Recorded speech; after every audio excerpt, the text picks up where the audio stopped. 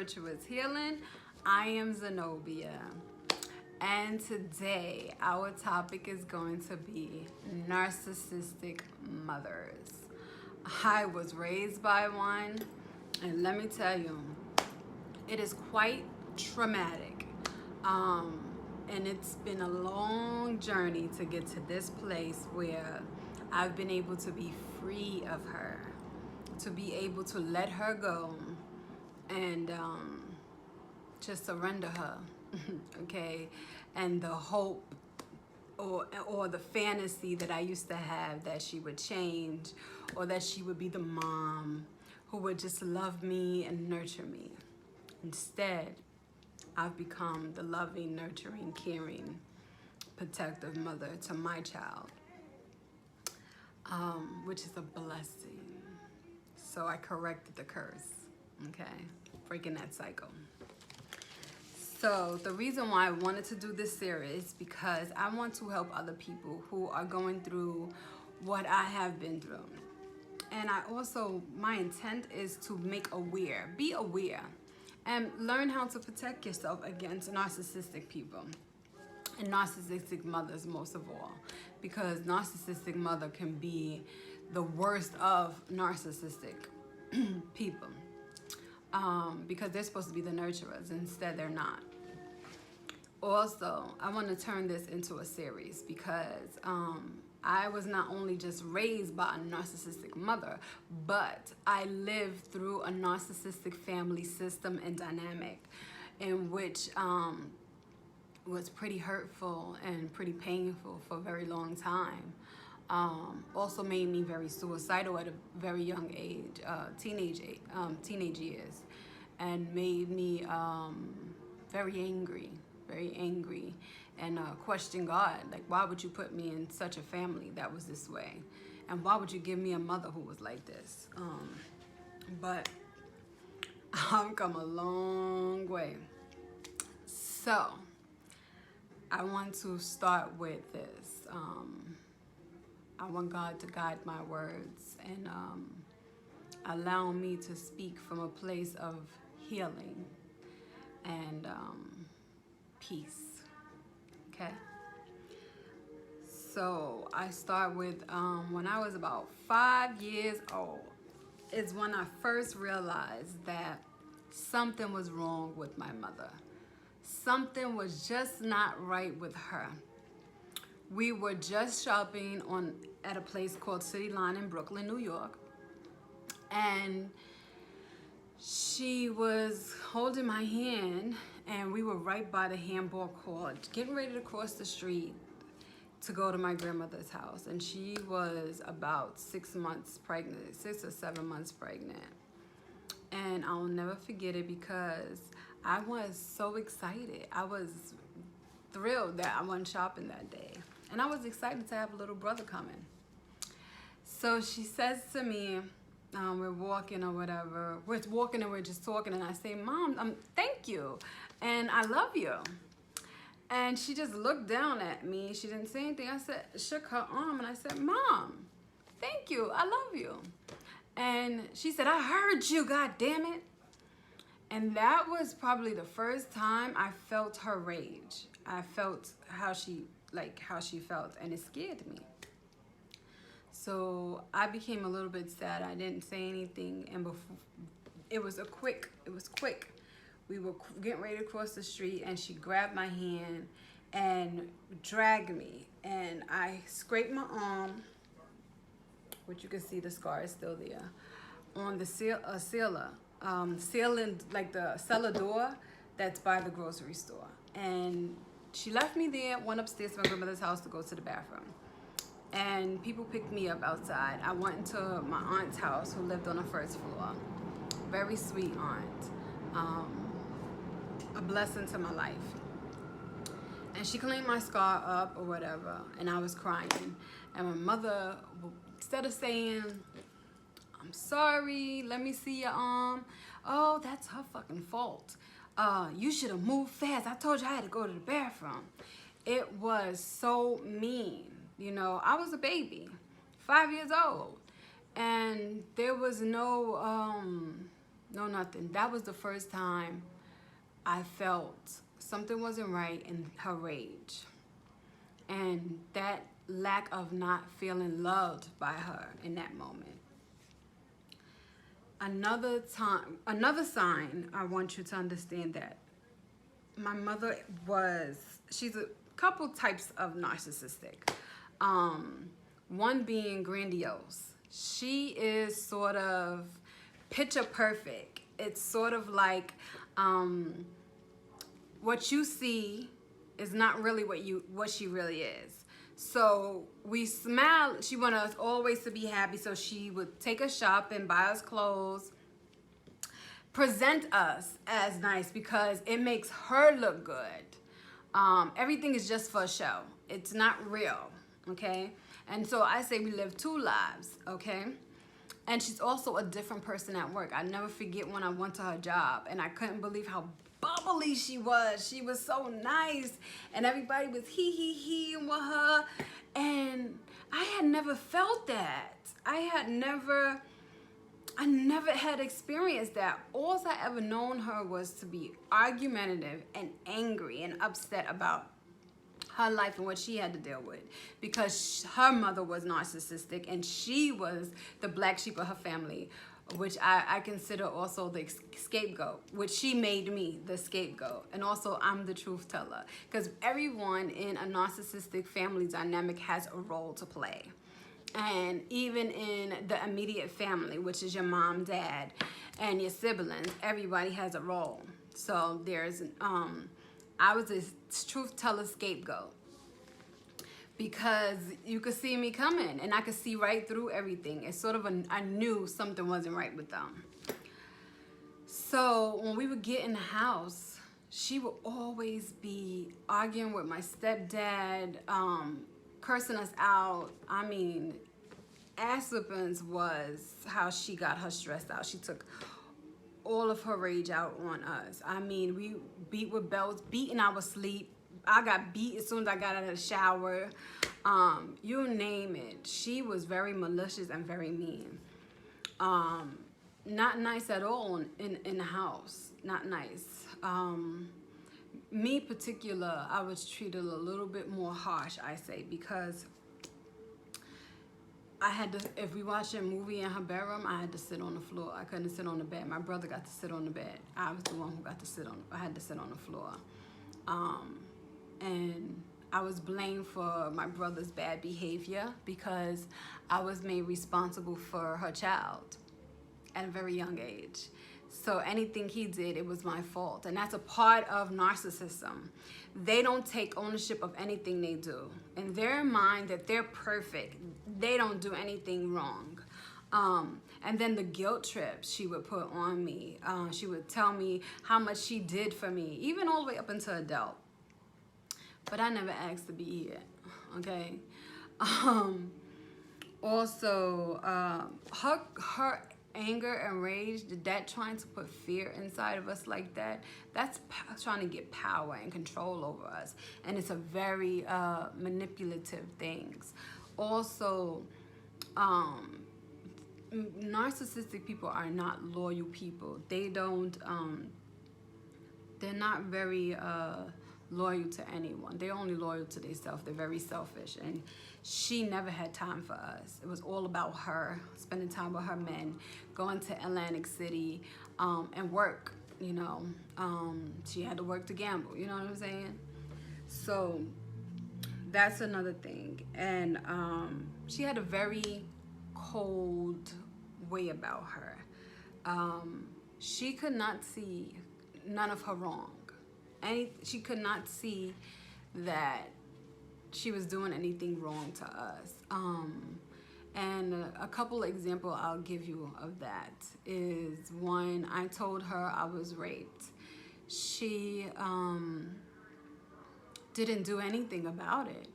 She argued with my grandmother because this is what they do. They argue, but they don't do anything about what's happening.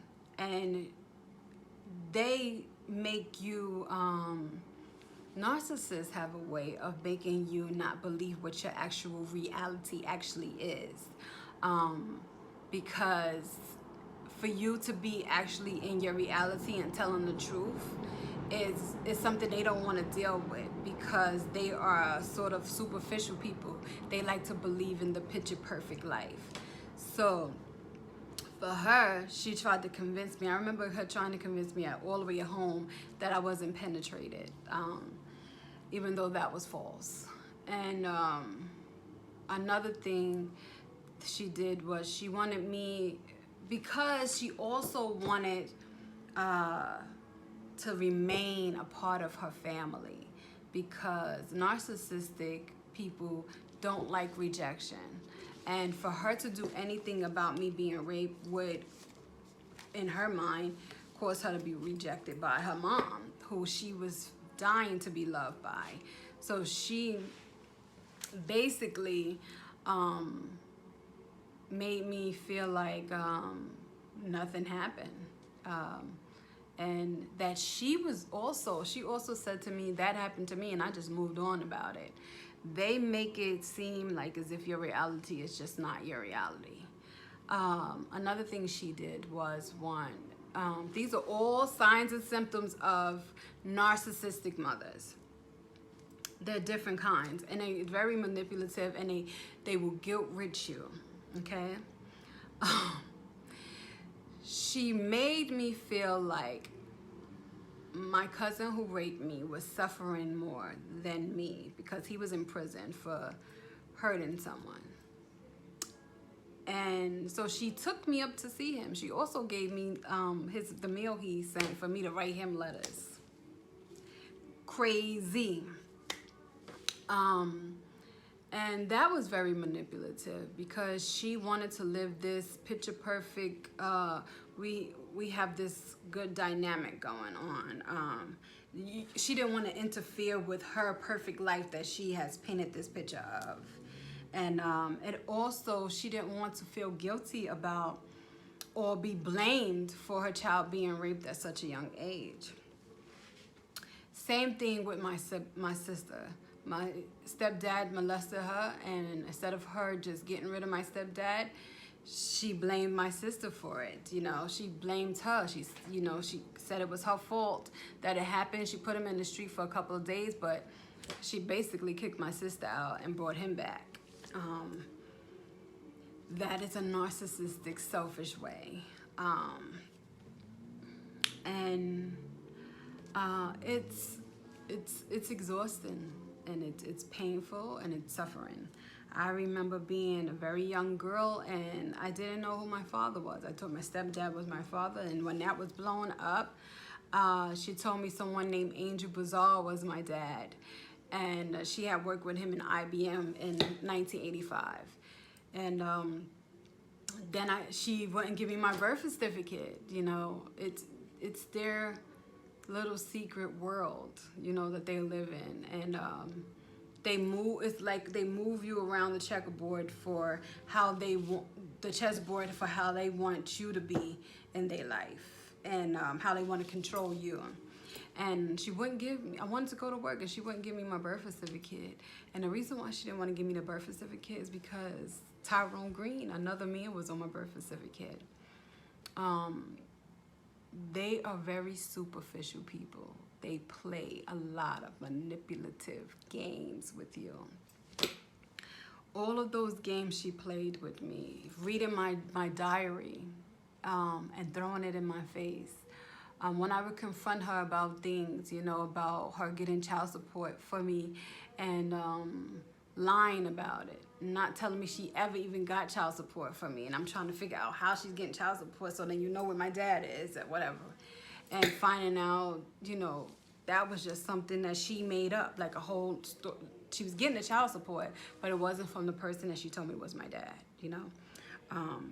And if I looked and found my dad, that would mean that I wouldn't be with her, you know. It's a lot of games, a lot of manipulative, emotionally disturbing games that they play. Another thing she did was she never wanted me to be with anybody for real. When it came time for me to get married, I was pregnant. I was getting married, and she used my brother. This is another way that they use people against you. So she went and used my brother to tell my future husband that I was some kind of whore and slut. And he listened to that and came to me and told me.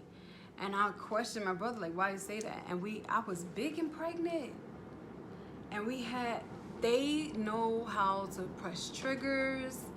They know how to, I'm telling you, narcissistic people are something else. And she got me, you know, she gaslighted me that day. And I went off. I should have left her alone then. Then when you leave them alone, they do love bombs. Love bombs, okay? And she's been doing love bombs to me for years. And I remember saying that as a teenager, you will never be around my kid. And I couldn't wait to turn 18 to get away from her. And her family. Because her family was really toxic and really psychotic. The way her and her sister fought, for me, I was never like that, you know. I never wanted to be mean or evil or malicious or devilish. That was not in me. That was not who I wanted to be in the world. And I'll never forget screaming to her one day after she had beat me bad and I called the cops on her. She had ripped my clothes off of me. We lived in the projects, and you know, there's like a walkway where you coming down to the buildings. And I remember I had said to her, I'm leaving when we get in the house. I'm packing my stuff up and I'm leaving. And she ripped my dress off of me and she dragged me in the house. And I remember that day, the rage from her. You know, they are so, they want power so bad. You know, they want to control you and they don't want you to tell them the truth about them. And me, I've always been the child who told the truth and spoke out loud. And my grandmother was the first one to label me the troublemaker. And for me, the troublemaker means truth teller. You know, they don't like that. They don't like you to tell the truth about them, and because they don't want to fix it. They don't want to correct their wrongs and their mistakes. Me, on the other hand, I really had to do surgery on me to be better, to not pick up those traits and carry it on to my child. I will say this, though. It took me, I'm 36 now. It took me to 36. I stopped talking to my mother and completely decided to cut her off, because I understand that to keep going back to her because she love bombs, and love bombs mean she uses her money to string us in because she has money, you know. She string us in, she throws something, I'll buy you something. Or she calls me up and gives me a guilt trip and tells me, oh, I'm so sick. And I'm the holistic healer in her family. I'm the one that she calls for remedies to heal herself. I'm the one who, when she wants to go to the doctor, and she has 2 other children. One lives with her, one's across the hall. And I'm the one she'll call because she needs somebody to pick up medicine or take her to the doctor or take her food shopping. So, you know, I'm the forgiving one. I am the one. But every time I have to separate from her, I mean, even I remember separating from her when she let my rapist move in with her. And another time when she bailed him out, you know. And I remember one time too, I had Thanksgiving dinner with them. I had made all this food and they had the person who raped me come for Thanksgiving dinner. She also had me rent her a car, and my brother drove it with him in it. All of those things to hurt you but to make you feel like the reality is not really there. They're hurting you, but narcissistic people make you feel like as if like this is not what your reality is not real. You're crazy. And she love bomb. She sends money, and she offers to buy things for my daughter.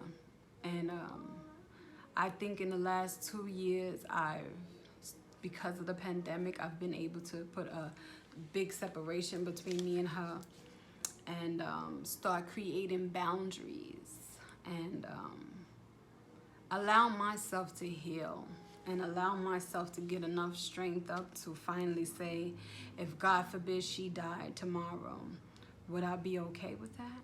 And yes, it's yes, because I've done everything I can to try, but it'll kill you to stay in a dynamic like that, where you have a loveless relationship with your mother, not nurturing.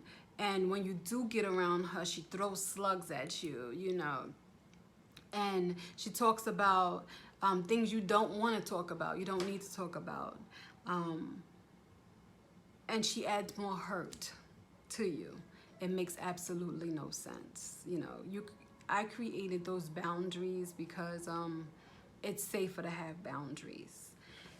One of the boundaries I created, I said, you can't give us no more money. Don't send no money to us. We don't need it. We don't want your money. We want love. We don't want money. And we want true love. We don't want money. I told her I didn't want to talk about certain things with her, because I remember one time we was having a conversation and she brought up me being raped, and then told me somebody else molested me as a baby. And she only had an argument about that, just adding more fire to me, you know, just completely gaslighting me. And if you don't know what gaslighting is, it's like someone putting the gas on you, right? By telling you something that could potentially hurt you, and then sitting back and watching you explode. I was tired of that. And you know, another sign of her being a narcissistic mother is she has this thing where she would call me because I am a protector. I'm Mama Bear. I always run to her rescue. She always finds a way. She'll call me up and say, you know what your brother did, or you know what your sister did, or anybody. And then I'll come, or she'll tell me something that somebody did. And I'll be the one, because I'm the truth teller, to set it straight. And then she'll sit back like as if she's innocent and she didn't tell me all of this stuff. And then people are wondering, where did I get this from? Her, you know, she knows how to manipulate. And I'm not her savior. I can't save her. I can only save myself and save my child. By the grace of God, I am loving, kind, sweet, and nurturing to my daughter. I listen to her. I validate her. I validate her experiences. I correct my wrongs. I allow her to be herself without judgment.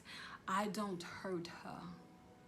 And if I do anything that is wrong to her, if she says it to me, I correct it immediately, because God did not bless me with such a gift for me to turn around and shun that gift, not love and accept her, and not be kind and nurturing to her and loving to her. It is wrong to be a narcissistic mother. And if you watching this video and you realize that you're a narcissistic mother, get help. Go to counseling. Help yourself. Help your children. Narcissistic parents are really traumatizing. And I was always the scapegoat. It was always my fault why things went bad. And narcissistic families don't like the truth teller. And that's why they turn us into the scapegoats. It's always our fault and we're always wrong. But you got to be honest with yourself. You have to not listen to what they're saying to you. You must know that what you're saying is true. And for me, going to therapy and putting my daughter in therapy and coming together as a family in therapy, being able to communicate properly as a grown adult. And it's not just the relationship I have with my child, it's the relationship I have with all children that are around me. Because God didn't put me here for nothing. And He didn't give me this family for nothing. I thank them because they made me better. And having a horrible mother made me the greatest mother I could possibly be. And I hope that this video not only protects but saves somebody else from a life full of torture. Because I was such a tortured soul. And for many years, I did not want to be here no more. I wanted to leave this earth. I wanted God to take me. I used to cry myself to sleep and ask Him, why did He put me here with these people as family members and give me a mother who couldn't love me right? But I understand today. And I am so grateful to God for holding my hand through it. Yes, I've cried. Yes, I've mourned the grief of not having a loving mother. But I'm a loving mom to my daughter. And I give her the best life I could possibly give her by loving her deeply. And yes, it's painful sometimes, and every day is not a good day because I grieve the loss of not having a mother who nurtured me. But I am the mother I always dreamed of. So I pray that if your mother is a narcissist, then not only do you seek help for yourself, but you distance yourself from her and you pray for her soul, you know. Narcissists are very calculated, so I can't say that she doesn't know what she's doing, because she does. She knows it's a game. But I pray for you as a child with a narcissistic mother, because it's not easy and it's taxing on my life. It has been. So I know what it is for another child to have to go through that. But I pray that this video blesses your life and helps you get therapy and to help yourself, because if I made it, baby, you can make it too. And I'm a good person with a good heart. And the God I serve, He couldn't let me just die there, you know? I have a second opportunity to make it right and break that curse. And I'm blessed that I was able to do the surgery within myself to break that cycle. Because my baby loved me and I love her. And any child that comes across me knows how much I love and want to protect them. And I do the best I can when they're in my presence to nurture them, to love on them.